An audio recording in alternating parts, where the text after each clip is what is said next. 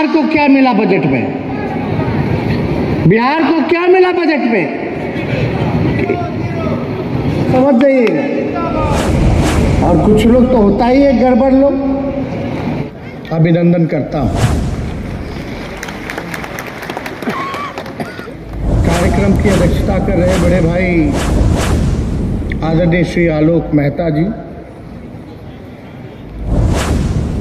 हम लोगों के अभिभावक प्रदेश अध्यक्ष श्री जगदानंद सिंह जी, पार्टी के राष्ट्रीय उपाध्यक्ष आदरणीय उदय नारायण चौधरी जी, प्रदेश पार्टी के उपाध्यक्ष आदरणीय श्री बिशन पटेल साहब जी,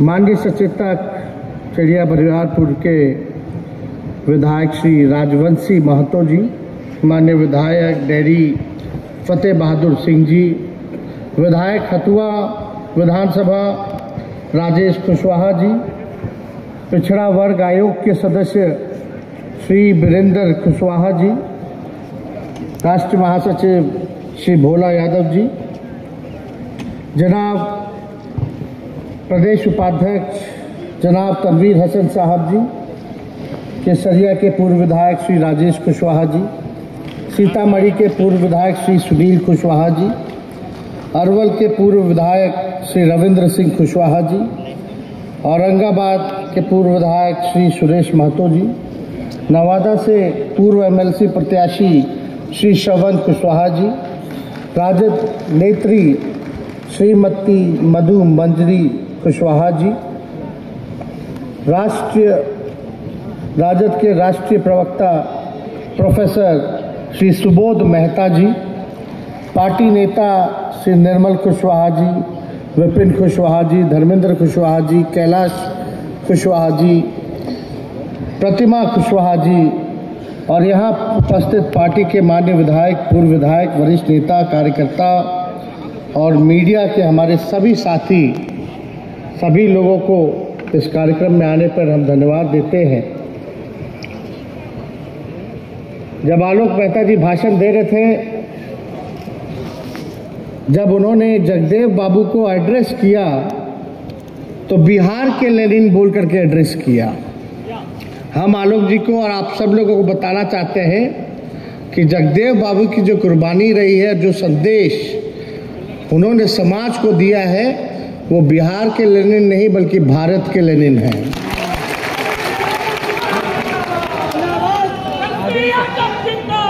उनकी शहादत को, उनके कुर्बानी को आज हम सब लोग याद करते हैं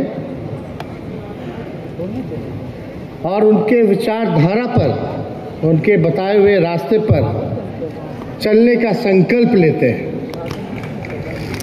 और आप लोग सब लोग जानते हैं कि लालू जी की भी नेता रहे, हम लोगों की भी नेता रहे। हम तो ज़्यादा बहुत छोटे थे, उनकी हत्या हो गई, कभी मौका मिला नहीं, लेकिन अपने पिता से जो उनके बारे में सुनने को मिला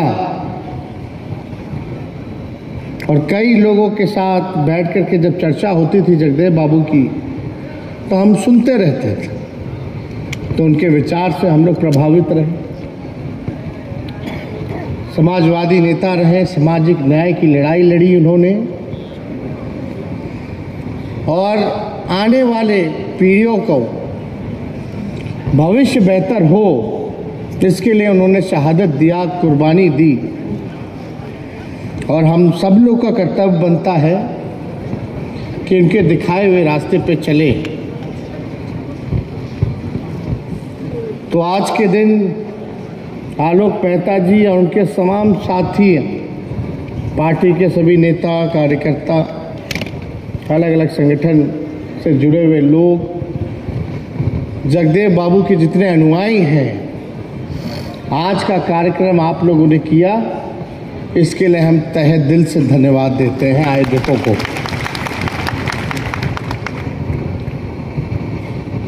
आज महागठबंधन की सरकार है, नीतीश कुमार जी के नेतृत्व में सरकार बनी है और साफ तौर पे हम लोगों का संकल्प है कि जो देश में जो संविधान विरोधी लोग हैं, जो लोकतंत्र को खत्म करना चाहते हैं, उन सबको 2024 में देश के गद्दी से उतारने का काम करें। और ये जो महागठबंधन बना, ये बिहार के हित में है, देश के हित में है। हम लोगों को सत्ता अपनी प्यारी नहीं, लेकिन आप सब लोगों को बताना चाहते हैं कि जिस प्रकार से आपके देश में जो चंद कुछ लोग हैं, वो भगवान राम के बारे में, हिंदू धर्म के बारे में, भगवान कृष्ण के बारे में, गौ माता के बारे में हम लोगों को ज्ञान दे रहे हैं। धर्म चंद लोगों के लिए नहीं है। हम लोग भी हिंदू हैं, और चाहे हिंदू धर्म हो या भगवान कृष्ण हो, राम हो, गौ माता हो, हमारा बहुत ही पुरातन रिश्ता है। कोई सर्टिफिकेट लेकर के घूमे और बांटे, हमको उसकी सर्टिफिकेट की जरूरत नहीं। दरअसल जब से भाजपा सत्ता में आई है, तब से हमारा देश का संविधान कमजोर हुआ। SC ST पिछड़ा वर्ग, अति पिछड़ा वर्ग, दलितों पर हमला शुरू हो गया, लोकतंत्र कमजोर हुआ। और हम आपको बता दें कि जितना भाजपा के लोगों ने, RSS के लोगों ने हिंदू धर्म को बदनाम किया है, उससे ज्यादा और किसी ने बदनाम नहीं किया। आज देख लीजिए सड़कों पे क्या हालत हो जाती है। कुछ लोगों को पटका दे दिया जाता है गले में, कुछ गुंडों को, वो लोग जो है मारा पीटी शुरू कर देते हैं, गुंडागर्दी शुरू कर देते हैं। क्या हो रहा है? नफरत की राजनीति हो रही है, आपस में लड़ाया जा रहा है, धर्म को धर्म से लड़ाया जा रहा है, जात को जात से लड़ाया जा रहा है। यही काम जो है हर जगह हो रही है। और कुछ चंद लोग जो हैं, वही लोग जो है इस काम को अंजाम दे रहे हैं। और वही लोग हमारे बच्चों को बोलता है कि हिंदी पढ़िए, संस्कृत पढ़िए। कोई बुराई नहीं है, हिंदी हो या संस्कृत हो, लेकिन जो लोग हम लोगों के बच्चों को बोलते हैं हिंदी पढ़िए, संस्कृत पढ़िए, उनके बच्चे इंग्लिश मीडियम में पढ़ते हैं, कॉन्वेंट स्कूल में पढ़ते हैं, विदेश भेजा जाता है। ये बात जो है हम लोगों को समझने की जरूरत है। जितने भी बड़े समतावादी हैं, मानवतावादी हैं, संत फकीर हुए, वो सभी मेहनतकश वर्गों से संबंध रखते थे। और हम सब लोगों को एक एक चीज, इनके मॉडल को, इनके डिजाइन को RSS क्या एजेंडा लागू कर रही है, इसको हम लोगों को जानने की जरूरत है। और आप सब लोग देखते होंगे कि अभी क्या क्या डिस्कशन चला, एजेंडा चला। अब हम पूछना चाहते हैं, ये वर्ण व्यवस्था जो है किसने बनाई है? ये वर्ण व्यवस्था किसने बनाई? कुछ लोग, जो चंद लोग हैं, अपने वर्ण को श्रेष्ठ बोलते हैं, और जिसकी सबसे ज्यादा संख्या भारी है, उनको ये लोग निम्न वर्ग बोलता है। यही है ना? तो ये बनाने वाले कौन हैं? और आप समझिए कि हम लोग संविधान से चलते हैं, देश का अगर सबसे कोई पवित्र किताब है तो वो देश का संविधान है। और संविधान हर एक व्यक्ति को, सबको बराबर के नजरिए से देखता है। सब लोग जो है बराबर है। तो अगर ये वर्ण व्यवस्था की बात होती है तो ये तो संविधान का विरोधी वाली बात है। संविधान का विरोध मतलब देश का विरोध। तो ऐसी बातें पर जो है भाजपा जो है चर्चा कराती है, एजेंडा जो है इस पे जो है चलाने का काम करती है। पूरी तरीके से ये मानवता विरोधी है, इंसानियत विरोधी है। और कुछ लोग जो कथाकथित ये हम लोगों को जो निम्न वर्ग कहते हैं, अगर कोई निम्न वर्ग में से, कथाकथित निम्न वर्ग में से पढ़ लिख करके इनसे सवाल पूछे वर्ण की व्यवस्था के बारे में, तो इन लोग जो है अपने हिसाब से काम करता है। किस हिसाब से आप लोग सब लोग देखे होंगे, जो लोग सवाल करता है इन लोगों से। तो हम तो ये कहना चाहते हैं कि हिंदू है तो बड़ा छोटा क्यों है भाई? अगर हम सब हिंदू हैं तो बड़ा छोटा कैसे है? तो छोटा बोलता है, कोई निम्न बोलता है, ये तो व्यवस्था नहीं होनी चाहिए। सब लोगों को बराबर के नजरिए से देखना चाहिए। यही तो जगदेव बाबू की लड़ाई थी, यही तो सामाजिक न्याय है कि आपको शिक्षा का भी वही अधिकार है जो उनको है, आपको चिकित्सा का भी वही अधिकार है जो उनको है। हर एक चीज का अधिकार जो है उस सम्मान सबके बराबर है, किसी के लिए जो है अलग नहीं है। इसी बात की जो है लड़ाई है। और आप देखिएगा कि सभी वर्ण के लोगों को सभी जगह समानुपातिक हिस्सेदारी मिलेगी, तभी हिंदू धर्म आगे बढ़ेगा। अन्यथा यहाँ सामाजिक आर्थिक विषमता व्याप्त रहेगी। इसलिए हम सब लोग सामाजिक न्याय को मानने वाले हैं। हम समतावादी हैं, मानवतावादी हैं और समाजवादी लोग हैं। सभी को एक समान समरूपता से देखते हैं, तभी हम कहते हैं कि हमारी पार्टी जो है A to Z की पार्टी है। सबको साथ लेकर के चलना चाहते हैं। कोई हमारा भाई जो है पीछे ना छूटे, सबको उसका अधिकार मिले। इसी की लड़ाई जो है हम लोग लड़ते रहे। और आप बताइए, कुछ लोग अगर नारा लगाते हैं जिसकी जितनी भागीदारी उसकी उतनी हिस्सेदारी, तो कुछ लोग जो है कहते हैं कि जातिवाद है। अगर जातिवाद होते तो हम जगदेव बाबू को क्यों अपना नेता मानते? हम लोहिया जी को अपना नेता क्यों मानते? हम चौधरी देवीलाल जी को अपना नेता क्यों मानते? हम चौधरी चरण सिंह को अपना नेता क्यों मानते? ये सब केवल और केवल भरमाने वाली बातें हैं और इनके डिजाइन में हम लोगों को फंसने की जरूरत नहीं है। आप सब लोग सजग रहिए और इनके डिजाइन को पहचानिए और एकजुट होकर के लड़ाई लड़ने का काम कीजिए।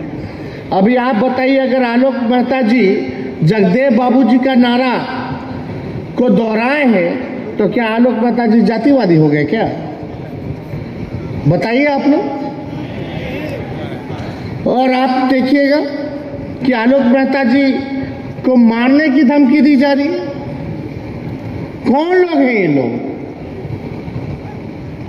चाहे आलोक मेहता जी को मारने की बात हो, धमकी मिल रही हो, चाहे जो मौर्य हैं यूपी में उनको धमकी मिल रही हो मारने की, ये लोग कौन लोग हैं? ये लोग वही लोग हैं जो देश में धर्म के नाम पर चर्चा करा करके देश को जो है लूटने का काम कर रहे हैं। आज बताइए, आज बजट था कि नहीं था? आज देश का बजट सामने आया। बताइए बिहार को क्या मिला बजट में? बिहार को क्या मिला बजट में? कुछ नहीं, कुछ भी नहीं मिला, ठेंगा दिखा दिया। सबसे ज्यादा भाजपा को जो है यहाँ से सांसद चुनाव जीत करके भेजने का काम किया बिहार। उन सांसदों को, उन मंत्रियों को जो केंद्र में मंत्री हैं बिहार के, उनको शर्म नहीं आता है। क्या लेके आए बिहार के लिए? ना बिहार को विशेष राज्य का दर्जा, ना बिहार को विशेष पैकेज। एक काम जो है उन लोगों ने नहीं किया। पहले रेलवे बजट आता था, पता चलता था कितना ट्रेन मिल रहा है, कहां से कहां खुल रहा है, किराया कम हो रहा है कि नहीं हो रहा। अब तो रेलवे बजट को गायब कर दिया ये। और आप देखिएगा देश कहां जा रहा, आर्थिक स्थिति क्या है देश की?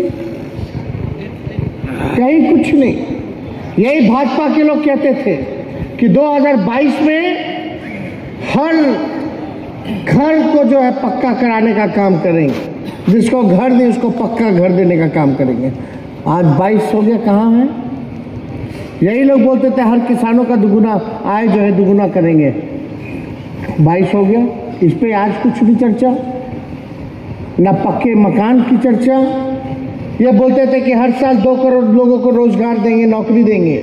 कहाँ है? ना नौकरी पे चर्चा, ना महंगाई पे चर्चा। पूरी तरीके से जो है हिंदू मुसलमान धर्म, इसके नाम पर केवल केवल अंदर ही अंदर देश की संपत्ति को बेचा गया। एयर इंडिया बिक गया, रेलवे बिक गया, SBI बिक गया, क्या क्या नहीं बिका। सारी देश की संपत्ति को बेचा जा रहा। खरीदने वाले भी चंद लोग हैं। वही चंद लोग जो है देश को चलाने का काम कर रहे हैं। दूसरे राज्य में इनकी सरकार नहीं होती है तो वहां जो है अपने कुछ जांच एजेंसियों को भेज करके जो है तबाह करती है, तंग करती है, खरीद फरोख्त करके विधायकों का सरकार गिराने का काम करती है। महाराष्ट्र में क्या हो रहा था, झारखंड में क्या कर रहे थे ये लोग, वह आप देखिए। आप लोगों के जो शक्ति दी है, आप लोगों ने जो हमको ताकत दी है, उस ताकत के बदले जो देश में ये लोग कर रहे थे भाजपा को, उसी तरीके से इनको हम लोगों ने सबक सिखाने का बिहार की धरती पे काम किया। जिंदाबाद जिंदाबाद। समाजवादी पार्टियों को खत्म करना चाहते थे ये लोग, क्षेत्रीय दलों को खत्म करना चाहते थे ये लोग। आप देख लीजिए। और आने वाले समय में आप सब लोगों से यही हम अपील करेंगे कि आप सब लोगों को एकजुट रहना है। ये लंबी लड़ाई है और हमको बताते हुए खुशी हो रही है कि आज महागठबंधन की सरकार बनी है तो जातीय जनगणना जो है उसकी शुरुआत हो गई है। कितना बड़ा काम हो रहा। 31 के बाद अब जो है पूरे उत्तर भारत में अगर कास्ट बेस्ड सर्वे हो रहा है तो वो बिहार में हो रहा है, जिसकी शुरुआत कर दी गई है। जितने हाउस काउंटिंग है, हाउस होल्डिंग है, उसकी पहले फेज में काउंटिंग शुरू हो गई है। और ये 3 से 4 महीने में पूरी प्रक्रिया को जो है पूरा कर लिया जाएगा। पता चल जाएगा कि किसकी कितनी संख्या है, सब कुछ सामने आ जाएगा। और जब सामने आएगा तो एक साइंटिफिक डेटा आएगा, तो उसके बाद आप तय कर सकते हैं जो अंतिम पैदान पे जो समाज है उसको हम लोग मुख्य धारा लाने में, उसके लिए बजट में प्रोविजन करके योजना जो है हम लोग बना सकते हैं। चिन्हित कर सकते हैं कि कौन जो है मजदूरी करता है, दिहाड़ी मजदूरी करता है, कौन रिक्शा चलाता है, कौन जो है भूमिहीन है, कौन जो है कचरा साफ करता है, नाला साफ करता है, कौन लोग हैं ये लोग। तो जब तक ये नहीं पता चलेगा तब तक आप जो है सही से बजट नहीं बना सकते, योजना नहीं चला सकते। तो ये डेटा हम लोगों के पास आ जाएगा, सारा चीज पता चल जाएगा कि क्या हो रहा है। तो इस पे हम लोगों की सरकार काम कर रही है। और अभी लाखों की संख्या में हम लोगों ने सरकारी नौकरी को लेकर के जो रिक्त पदे थे उसको भरने के लिए हमारी सरकार ने जो है पूरी तरीके से उसका कैबिनेट से हम लोगों ने किया है। जो सीटें जो भरनी है, पद को सृजन किया है। और आने वाले समय में कुछ दिनों में इसकी प्रक्रिया चालू है। स्वास्थ्य विभाग ही 1,60,000 नौकरी, सरकारी नौकरी देगा। आप देखिएगा पुलिस महकमे में जो है बड़ी संख्या में जो है नौकरी निकलने जा रही है। लगभग 3 लाख नौकरियां शिक्षा विभाग में निकलने वाली है।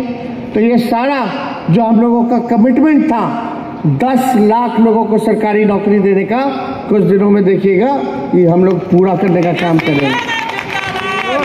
तो इसमें हम लोग पीछे नहीं हटने वाले। इस काम को हम लोग सब लोग जो है पूरा करेंगे। और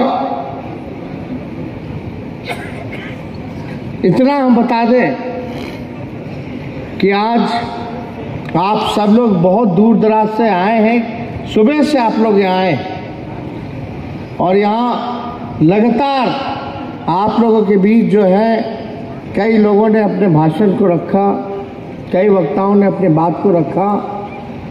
और हम यही उम्मीद करते हैं आप लोगों से कि आज जो बातें जो चर्चा यहाँ हुई है इसको आप लोग भूलिएगा मत। और एक बात जान लीजिए आप लोग, किसी की हिम्मत नहीं है जो आलोक मेहता को छू करके दिखा दे।